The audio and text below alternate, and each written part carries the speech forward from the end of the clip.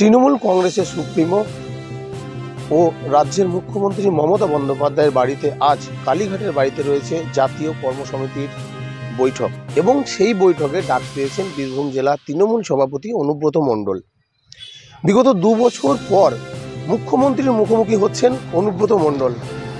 সম্ভবত এই বৈঠকে যে কি সিদ্ধান্ত আসবে, আগামী দিনে দল পরিচালনা কীভাবে হবে, সেই সমস্ত বিষয় নিয়ে কিন্তু আলোচনা রয়েছে এবং সেই আলোচনায় অংশগ্রহণ করছেন অনুব্রত মণ্ডল। এবার দেখার বিষয় যে বিগত 2 বছর পর অনুব্রত মণ্ডলকে মুখ্যমন্ত্রী মমতা বন্দ্যোপাধ্যায়ের সামনাসামনি এবং মুখোমুখি হচ্ছেন। অনুব্রত মণ্ডলের কি কোনো জেলা নিয়ে, বীরভূম জেলা নিয়ে কি তার কোনো অভিযোগ রয়েছে, সেটাই এখন দেখার বিষয় যে কী আলোচনা করবে, কি বৈঠকে কি সিদ্ধান্ত হবে। সেই সিদ্ধান্ত নিয়েই কিন্তু অনুব্রত মণ্ডল আজ অর্থাৎ সোমবার যাচ্ছেন কালীঘাটে।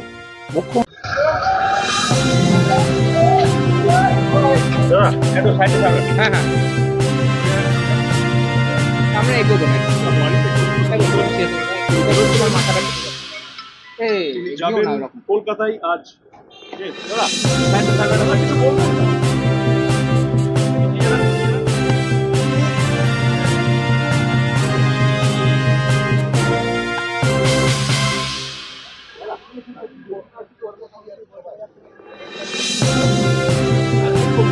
মিটিংয়ে যাচ্ছে।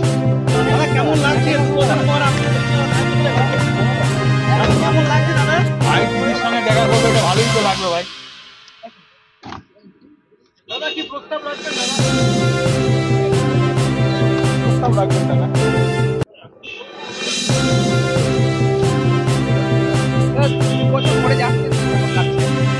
ভাই দিদি গায়ে যাবে, তোর দিদি কাছে ভাই যাবে, অসুবিধা কি আছে?